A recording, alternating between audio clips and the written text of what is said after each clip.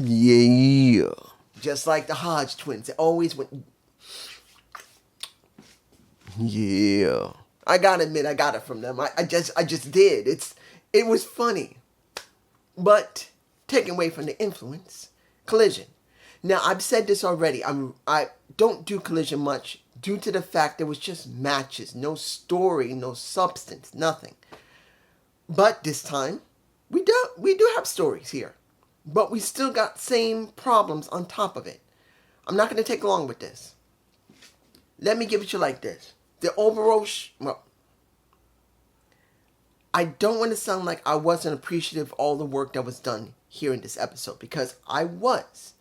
But when you look at it, going into All In, it wasn't like they got a lot here.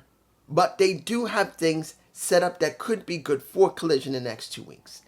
Let's open with the match I really didn't care about. The Premier Athletes versus Darby Allin and Hologram. Look, there are people who like Hologram, and I'm sure there is. There are people who love Hologram. I'm sure that it is. But as it stands right now, Hologram doesn't feel any different than Commander did, than Serpentico, or any of the other Lucha Libre wrestlers there. They're not given any storylines. Black Toe Roos is one of the rare people I know particularly from TNA, Impact Wrestling. He was never given any storylines. He was never given any stories other than Crazy Steve. The one time you really see him actually have something. And now he's on AEW, and they're not giving him anything different other than maybe working with Strom, working with, well, Roosh. If that will even work for very long, I don't even know.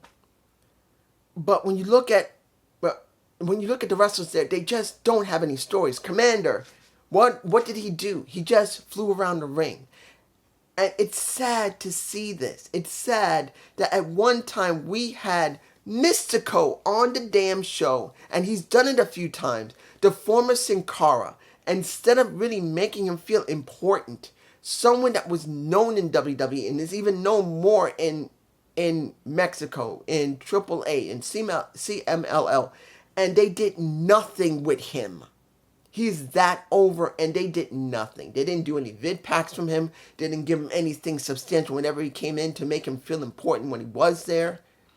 That's how real cross promotion works. You make both promotions look good by trying to incorporate some of them not only into you, and you have a good match where maybe they'll win or you win, but you let the wrestlers be known. Look at NXT. As much as I truly believe TNA is getting hosed here, and they may have caused this on themselves because of whatever deal they made with TKO WWE. Let's make this clear. Oh my. It doesn't make a difference. We're getting collaboration from them, but let's make it clear. This is NXT. This is TNA. What did we actually get? Wolfgang? We got Wolfgang, and we got Dante Chow. That's it.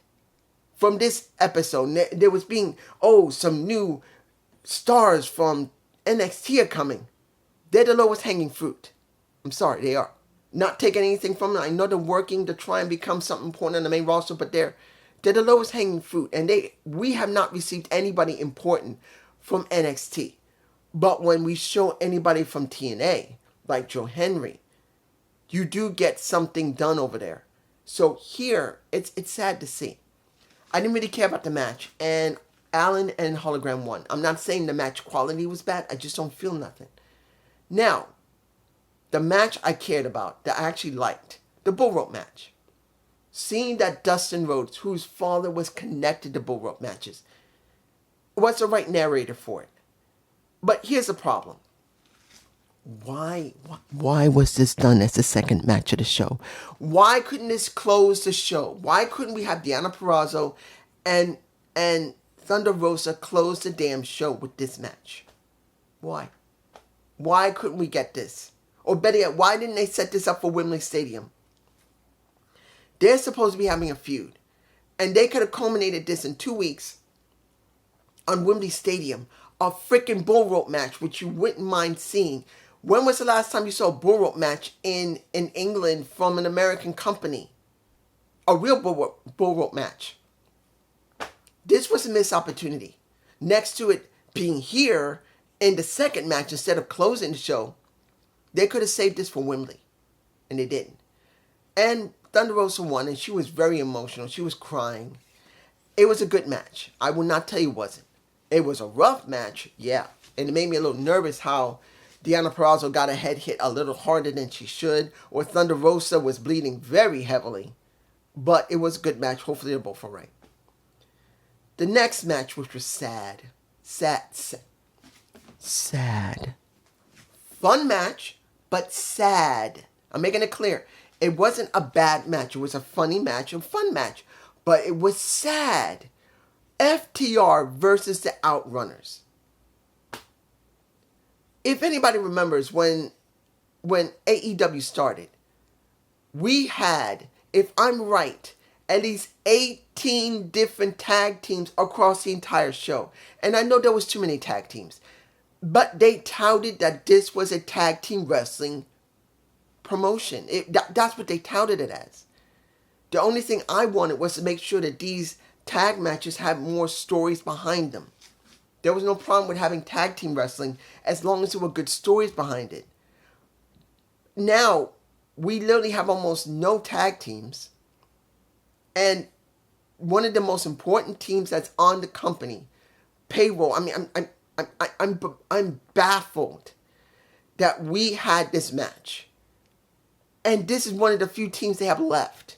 The Outrunners are one of the few teams they have left. Going like this. Hell, they were working with, what was the guy's name? Dante Castle. I believe that's his name. It's been a while since I've seen him. But I'm like, it's so sad to see that they got no tag teams. It was a good match. It was a funny match. But in the end, what did it really give the Outrunners? They got a chance to go up against them. But what does this really give FTR? I don't even know. Next. The match that was really not a match, but basically a slaughter, and to prove that Roosh is important. Roosh versus Preston Vance. I hadn't seen Preston Vance, the former 10, in so long. I'd forgotten about him. But when I saw him, I said, oh, that's Preston Vance. And this is one of the rare times I actually can remember his first name, because I always forgot Vance's I remember Vance's last name, but I could never remember his first name. And now I do remember it. And it's in a who cares match. Preston Vance has 83 wins, but what does that mean? Nothing. We have not seen him in the main roster in months. Whether he's been on Collision, which I have not seen him on Collision much, even though I have seen Collision on and off. Maybe he's on RH. But since RH is on Honor Club, I don't care. Instead of throwing it on YouTube, I say this again, put it on YouTube. If you're not going to get rid of it and just merge it, just put it on YouTube. Please someone put it on YouTube. Why are you doing this? This is stupid. I don't care what anybody says that RH needs to be honored. RH is dead. And understand, I don't hate RH.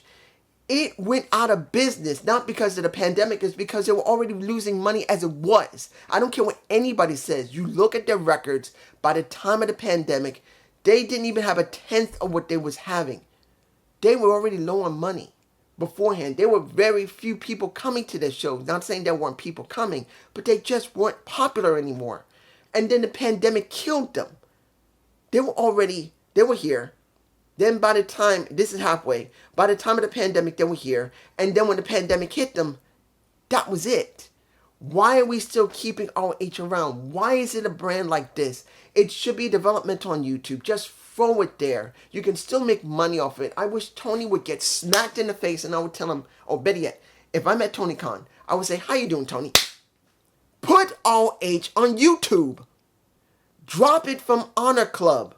You can still do pay-per-views on Honor Club or, Bleacher Report.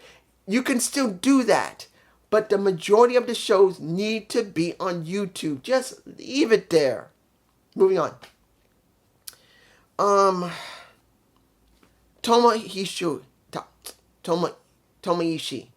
Ishii. I have to admit, The Stone Pitbull, I like him. I don't know why out of any of the other Japanese wrestlers, I remember Emi Ishii and Tomohiro Hishu. I'm mispronouncing his name. You know the reason I'm botching here? Is due to the fact we get this open challenge for Tomohiro Ishii versus Swerve Strickland. And understand, I'm not against him. I like Tomohiro Ishii. You see I'm botching because I don't want to do this, but I really do believe that match didn't need to be done. I truly believe he shouldn't have gone up against Swerve. Because, let's make this clear. Tomohiro is he's not a bad wrestler still. He's still a good wrestler. But he's got to be up against someone that is not too fast moving. Because he is an older wrestler. He's in his late 40s, nearing 50 now. I think he's 48 years old, 47 years old. I believe Tomohiro is about 47, 48 this year. So he's not a fast-moving wrestler anymore. He just isn't. He was never a fast, from what I understand, from what little I have seen. Because I did see a couple of videos before him when he was younger. When he still had hair when he was younger. But he was never really a super fast, agile wrestler. He was a fast wrestler, but not agile. Now he's nearing 50. I'm 53, guys. I'm 53. I'm 53, with a twitchy eye right now because of my allergies. Damn it. You take your allergy medicine and you still can have twitchy eyes. You don't sneeze. Your eyes itch. It drives you insane. But I'm 53. And he's not too far behind me. And he's just not a fast wrestler. And I'm not against him. I still like him. When he's working with someone that understands him, he will work well. As long as you're not doing incredibly fast-paced work. And Swerve wasn't doing it that fast, but Swerve slowing down is not the style of Swerve Strickland. And you can tell that there was some balance problems between them that Swerve had to slow down a lot for Tomohiro. And he had to slow down a lot.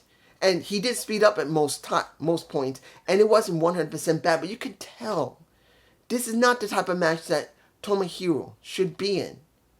It just felt like it was wrong. It doesn't mean it didn't help Swerve, because the Stone Pitbull is, from what I understand, a very tough wrestler to beat. Flat out, there ain't no lie, there ain't no joking. But in this situation, just feels like he just didn't feel like he should have been in that match. Now we got Bryan Danielson talking a little afterward with JR, just like Swerve did. He explained how he felt. And I will tell you this. I am interested in seeing where they're going to go with Bryan Danielson. I do not know if he's going to retire or not. He may not. He may win. Or he may finally retire and work in the back. Because he will not be active anymore. And I do not believe he's going to leave the company.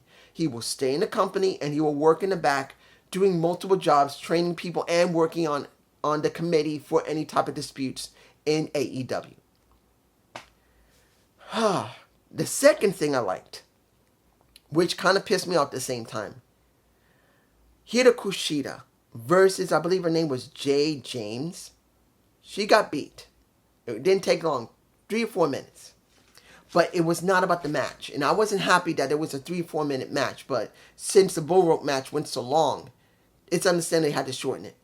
But what made me happy was to see Hida Kushida talk. Let me give it to you like this. I've always been upset that Japanese wrestlers are not allowed to talk. You can do translation. Have someone translate for them if you have to. But seeing that they never seem to get any type of character development, never get any gimmicks, never even allowed to talk if they can talk English. Hida Kushida, Emi Sakura can talk English. What the blue fuck is this? You got 2 Japanese wrestlers who are well known in Japan who actually can talk English. Actually, you got 3. You actually got 3 women. Miya Shirakawa also can talk English. She's she's a model. She got a nice body. And she talks English. And instead of capitalizing on that, AEW does nothing with them until we get this with Hida Kushida, where she makes it very clear she wants Britt Baker, but she lost against Britt. But she believes 1-1, eventually she'll get her back. But now she wants a new challenge. She wants Mercedes Moné. Next week, we're getting a match because of that request. And it's fine.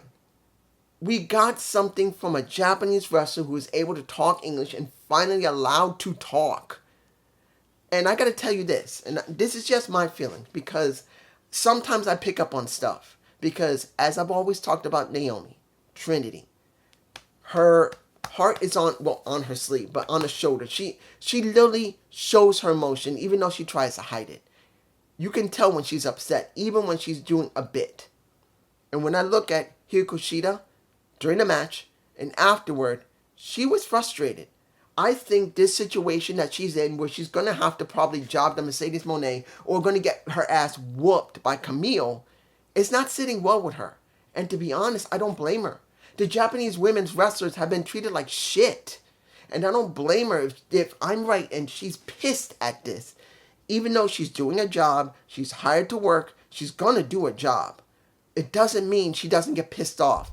And honestly, she had a 3 to 4 minute match that put herself over, but then she does a bit where she finally gets a chance to talk, but she knows flat out she's going to job to Mercedes. She's going to probably get destroyed by Camille, and I'm sure she's not happy about that.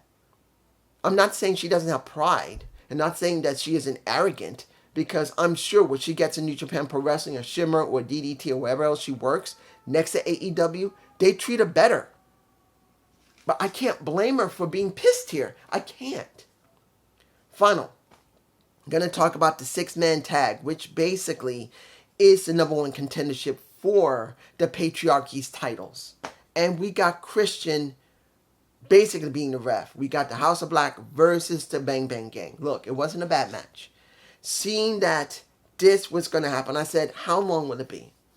How long will it be before we get a turning of a Christian? Because there's no way Christian Cage was not going to let something happen.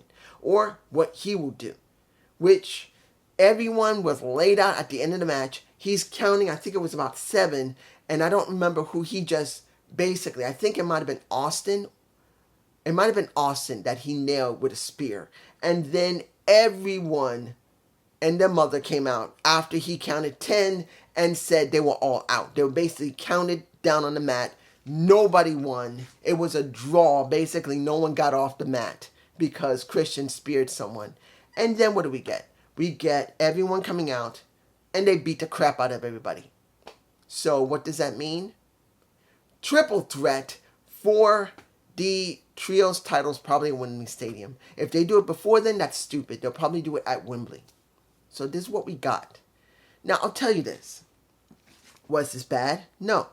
Halfway having a match with Chris Statlander with Tomohiro, and that's the reason why I mentioned him the most, with a Willow Nightingale next week, I believe.